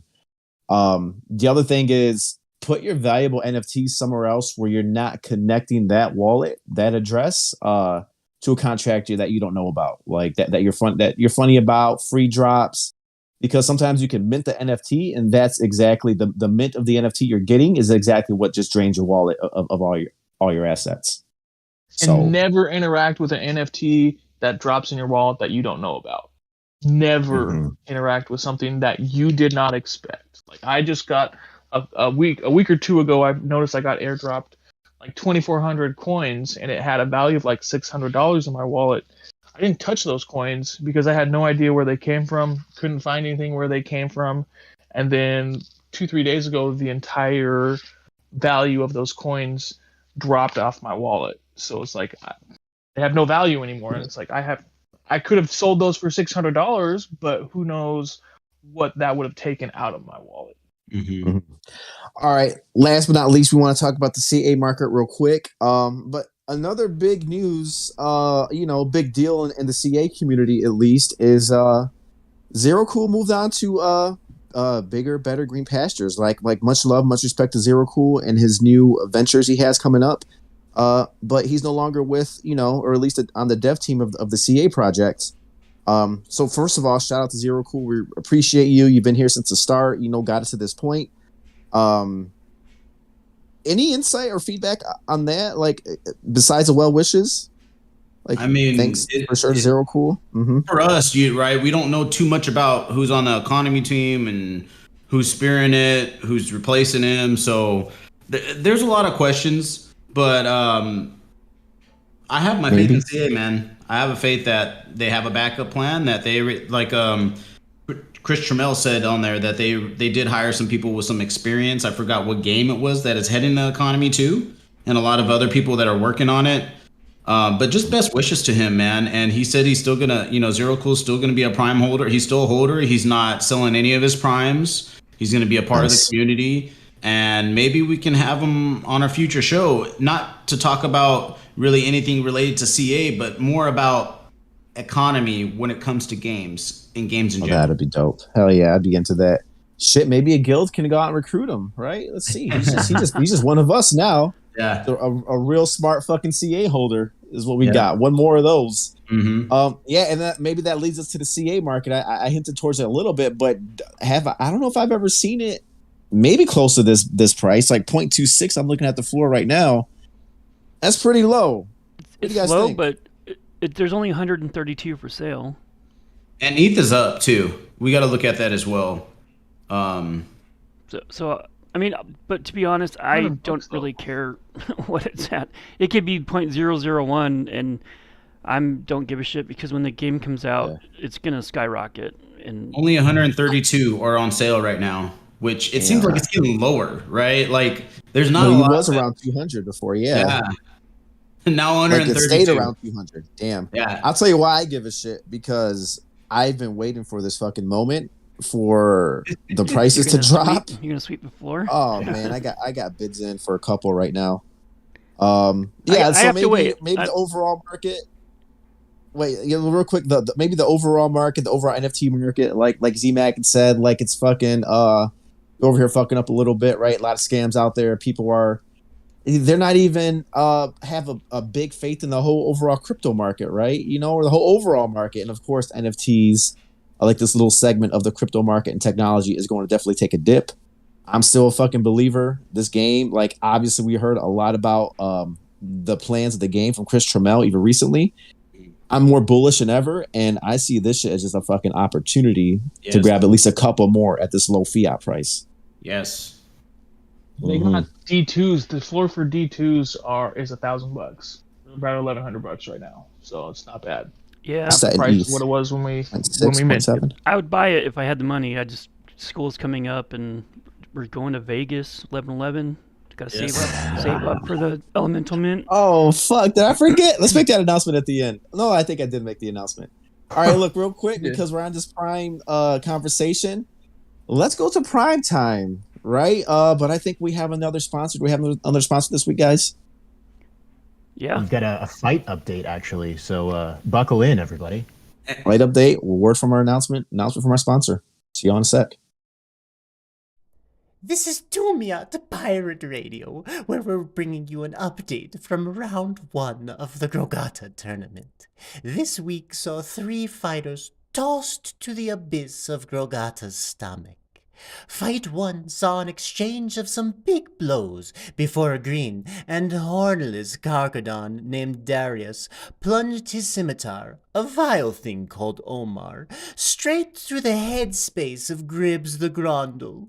What Gorgata missed in brains was made up for in belly fat. Fight 2 was a battle of strength over quickness. A fiercely handsome Ilgra put down the crowd-favorite Fenrir, Growler the Great. Hagla and Dedor appeared to be drunk in the arena, fumbling their warhammer multiple times before connecting on a hit that virtually took the Fenrir's head from their body.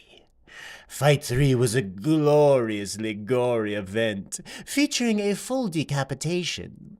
Oh, how the fighters danced, two quick but hardy opponents seeking any opportunity.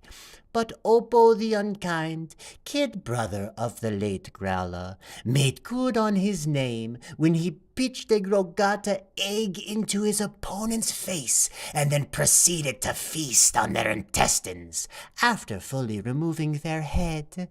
Have to keep your head to remain mysterious. Gorgata welcomes the taste of gatekeeper, as they rarely taste such dainty meats. This week's fights are over, but the tournament will continue. Fortunes will be won and lost. The blood will flow, the chunks will fly, and above all, the crocodile will be appeased. We on? Yeah. All right, we're back. That was a fight update. And as we said on the top of the show, keep updated, see what's going on. We're heading into the semifinals. Our good friend LT is in there. He's still alive. So we're going to see what happens. I think this week. When do we get a champion there, guys? This week coming up? Is there a schedule? So the schedule just kind of comes up as the fighters agree to it. So we don't actually know when the next match is, or if there will be a break between round 1 and round 2. So there's only one fight remaining in round 1, between Fiodori and Nisala. So Nice. Be a good one. All right. We got some two of the more evil families going after it. So I'm excited for that one. Nice. Stay here for your updates. All right, guys, we are into prime time. I suggested this. I've been trying to make, what was this, episode 16? I've been trying to make some suggestions since episode 2 or 3. We've not got a King Dav suggestion yet, but I submitted Champion 922. Champion 922 is very close to the floor. Are we on the right one here? We're on Looking at 542. 542. Oh shit. Hold on. Here we go. 922. 922. 922. I don't know. No, yeah, sorry about that. I put in one that the audience suggested, but yeah, 922 is in bad. there now. 922. I mean, I don't have to. All right, let's do 922. We could do both real quick. I'll be fast. Yeah. I just look. I threw a bid in on 922. I'm looking to pick up some more. Right. I put my money where my mouth is. If you see those bid offers, I put in 0.25, which is $383 fiat, which is just fucking ridiculous. And it's a floor one. I've not bought a lot off the floor. The main thing that struck me on this champion here, it's just it looks fucking dope. It's like it matches, right? Like it's the Vitra. The Vitra gets no respect. It's a Death Vitra. It's a 0D 1P. So nothing too special. But I think she just looks fucking cool, coordinated. I think that coordination comes from like the 4 Arcane. Yeah, I was gonna comment on that. That I'm kind of curious about those. Like, if there's a 5 unpure, like 5 matching parts of not, they're all matching, but they're Still not 0P. Yeah, Right. I wonder if there's something like that out there. Wouldn't that be interesting? Right. There are those. People do have those, and they're looking to do a breeding strategy, which I don't know if it will work or not. And literally, not why I'm buying her, to try a breeding strategy to find an Arcane to match those, Arcane parts up. Literally, the way that she looks is the reason I put the bid in. I like the bull horns, the wings, the tails, the claws match. Like the death, her death family kind of matches the Arcane, just the way that like she's built with her visuals. And I'm picturing like when the some of that gameplay when we can walk around a little bit, thinking that she might look pretty cool, and that might give her some value, literally just off the way she looks. And then also, Vitra gets no respect out here. I see her on the floor a lot. Yeah, They are. I A wonder lot of them are. if you'll have like if there'll be gear that will enhance the essence as well. Like let's say you can put on some armor that's like gives an arcane boost. Like 4 of your abilities will be boosted by that. I'm going for the gauntlet, boys. Just letting you know. Diamond Hand Gauntlet? Diamonds. Yeah, I like the bull Hey, Dab, horns. I like the wings.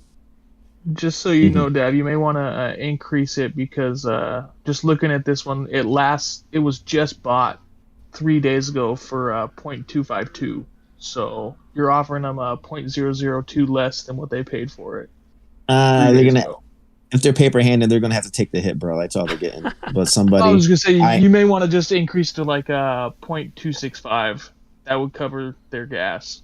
That would give them the exact amount of ETH back minus Champion's royalty. Nah, I'm in no You're gonna rush. dragon Man. egg this, Dev? You're gonna dragon egg this? I think that's gonna be our new term. When you put your foot down, it's called dragon egging. Why is that? What did I say? Something? You wouldn't trade dip because you wanted a dragon egg. I want a dragon egg toy, man. I get set in my ways. Look, but I do like, this sale just it's his way or no way. Pretty much, man. Look, this sale just ended, but I encourage the community to take a look at this one and go ahead and beat my bid. I'm in no rush. I'm gonna see where we go, but I think this is a good ass deal. Yeah, the other one was 542 from Spider Drop. 542.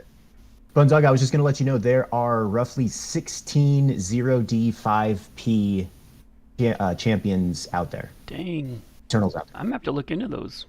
Look into those. Yeah, those might be close to the floor too. Who knows? There's coordination to that though, right? Because all the parts match, just doesn't match the essence. Yeah. And it kind of gives me hope, though, that even if I don't get the divine, I still get the purity from the Fury of the Titans. And if I get anything that boosts my essence, like a pet, that might make a difference. Well, you won't get the purity unless it matches the essence. However, yep, let's look at 542, the Daruk. Death Daruk. The Spider rope. drops rope. Yeah. The matching war paint. Yeah. That tail that tail looks fucking huge, man. It looks like Cheshire cat tail. Wow, yeah. Yep. I like it. Yep. Matching rare horns. I dig that. I like that. Kind of looks like the bull horns. Looks like they can do some definite damage. I love the what is that called? Like the opposites of like the big bright wings with the death essence. I got something like that. I have a whisperer with these same wings, death essence whisperer with the life tail too, and it just that contrast word I'm looking for. It just looks pretty cool. I dig this. And then the war paint, matching war paint again, passive effect, but it's matching. Who knows what that will do in this case? I like it. The passive, I yeah. highly doubt Spider Drop's gonna take the 0.2 that someone offered for it though. Well, I think every single champion has a 0.2 offer. It's also like I've just noticed looking at some of these that I think that people who are paper handing aren't paying attention to the rare and epic parts so much. Like they're just focused on the divinity and purity. Right.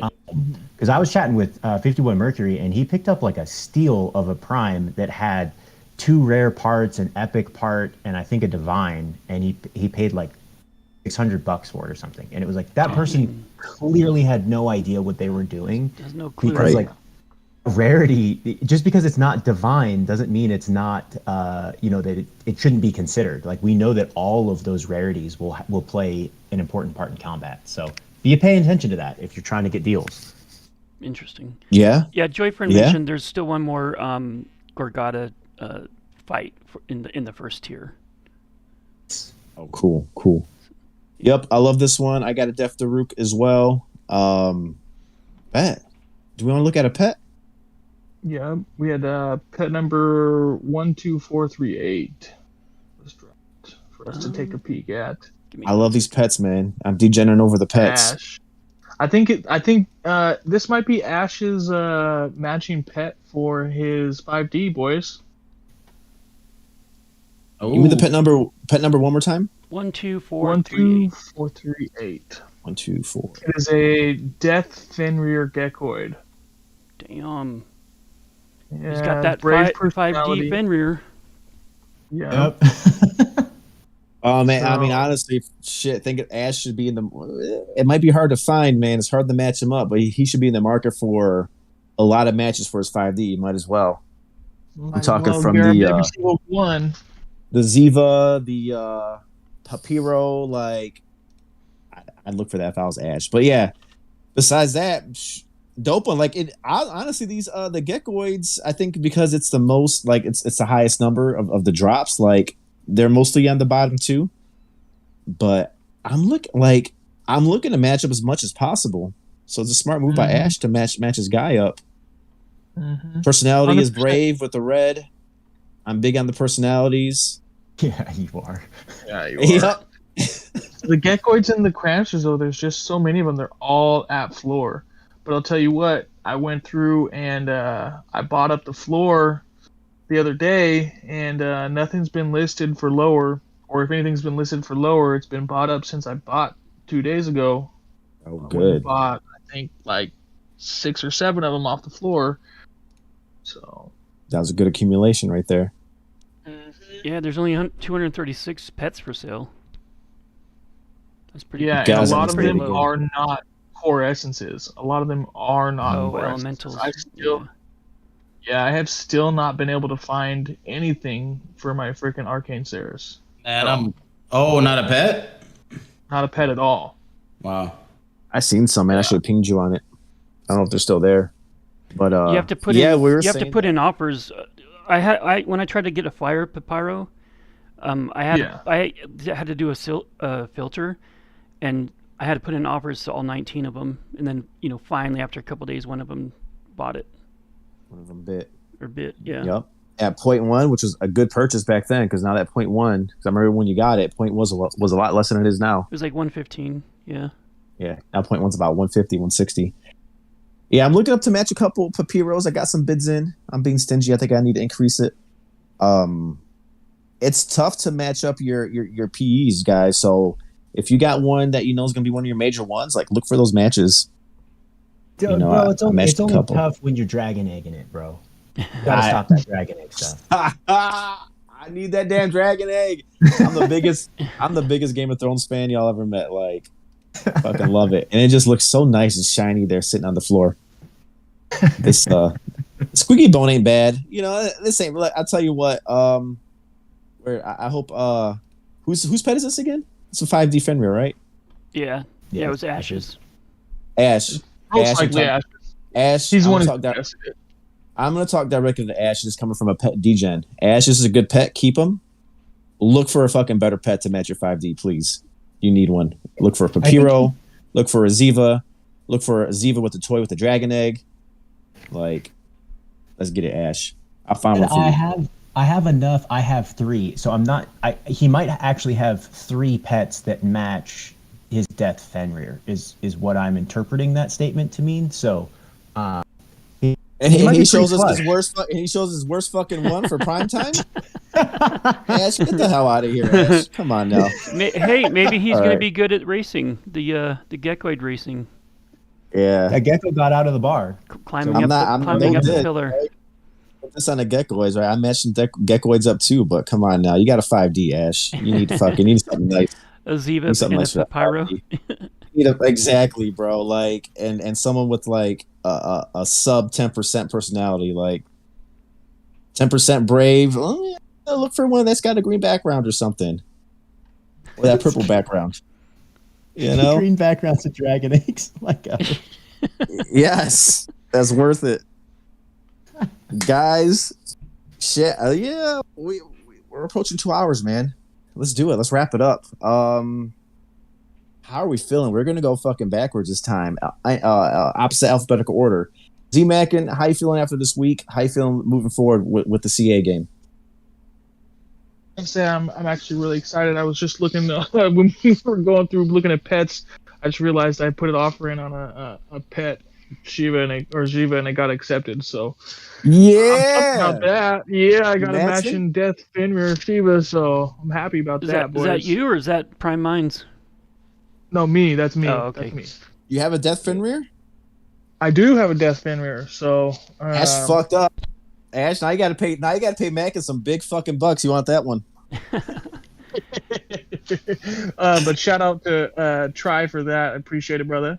But no, I'm feeling really good, guys. All I gotta say is I'm fucking so excited about alpha gameplay right now. After reading this combat guide, I want to play the game a lot. You know what I mean? Like, it's just I'm getting more and more pumped and looking forward to what the creative and the battle gameplay team are going to be bringing for us coming up. Yeah, I'm going to play this disclaimer real quick. Prime Minds would like to remind you that the content of this time is not financial advice and is meant for educational and entertainment purposes. Okay. There it is. That was for you, WitLogic. That was for WitLogic. That covers the whole podcast. V to G, what you feeling like? I agree with what Z is saying. Like, this week got me super, super excited about this game. But I do just want to put a call out there, right? Like, the devs are listening. Toad had said, in another message or in another episode that like these numbers aren't necessarily locked in. It's the idea that you're focused on. So like, definitely like as a community, we should be bringing any concerns that we have to the developers, but please, please, please do that in a respectful way. Like, this is these people's jobs, right? So let's treat everybody with respect. Like, it shouldn't just be the developers. It should be everybody in this community. But particularly if you're going to bring something up to the developers, like, just, season your message with a little bit of grace, because we know that these people are working really hard on this game. So other than that, I just want to say thank you everyone for joining us. As always, I freaking love getting to interact with this community. So I look forward to seeing you next week. Love it. By the dip. What you feeling like? As always, man, very excited. Love the guy that came out. Waiting for the Slice of Messina to come out anytime now. Looking forward to combat. And I keep saying this on Twitter. This is going to be the biggest play to earn game ever. Fuck yeah. Gonzaga. Yeah. Let's get Man, it. How you feeling? I feel like we went from drought in the last month to just blasted with tons of information this week. It's been amazing. It's been. I still have to go watch that YouTube video a couple more times. I'm telling you, I go through, I watch things frame by frame and look for every little detail, every little UI image, and everything. So I'm super fired up about the game. That the Obsessed. combat. Yeah, I think that's a good word. That's a good word. Purple background. Purple background. Yeah, and I also wanted to just to make a comment, just that a lot of times when I say things, it might come across rude, but it's just about I'm just passionate about it, and I just sometimes don't have that filter that I'm saying this, but they might take it rudely when I don't mean it to be rudely, and so I just wanted to throw that out there and apologize if I offended anybody's hurt anyone's feelings or whatever. So it's all about love. It's love for the project, passion for the project, and yeah, I can't wait to play it. I feel you, B. You know what? We've listened to you enough. I think we got to know you, so we know you're all. It's all good intentions from all of us, either way. Yeah. I mean, I think we've said this before. I'm gonna say one more time. Is like this whole project is based on the game. I'm super bullish every time I listen to Ice Toad talk about his passion, his drive for making just the best game possible. And then knowing Chris Trammell now, like getting to hear him talk, getting his feedback, and knowing that they're on the same team is just fucking mind blowing. So this success of this whole project relies on the game, and I have 100% confidence in it, which is why I'm still putting some bids in, looking to pick up some more PEs and just add into my stable of champions. Guys, it's been amazing. It's sort of a long one. Look, I'm gonna throw this out to the community real quick before we sign off. Let us know if you like some longer podcasts or like what's a good time for you to listen to. I know some people are like, I can't listen to no 2 fucking hours, right? It's like, it's tough for us to talk for 2 hours. We got a life too. I think we talked about keeping them to like 45 minutes to 1 hour, but let us know how you feel. It won't be a scientific survey, but some feedback is good. What will be a scientific survey is look for the Google form link for some feedback on the Las Vegas trip. So it'll be good to chill and kick it, meet up in person, see what's going on in November in Las Vegas. So let's do that. With all that said, so one more week, one more in the books. We will see you here shortly for episode number 17. We're always moving things around. Shout out to Vita for reaching out, bringing on guests to the show. Do we have anything set for episode 17? We do. I'll let Vita talk this season. He's got a little bit more information on it. Sorry, I was struggling to find my mute button.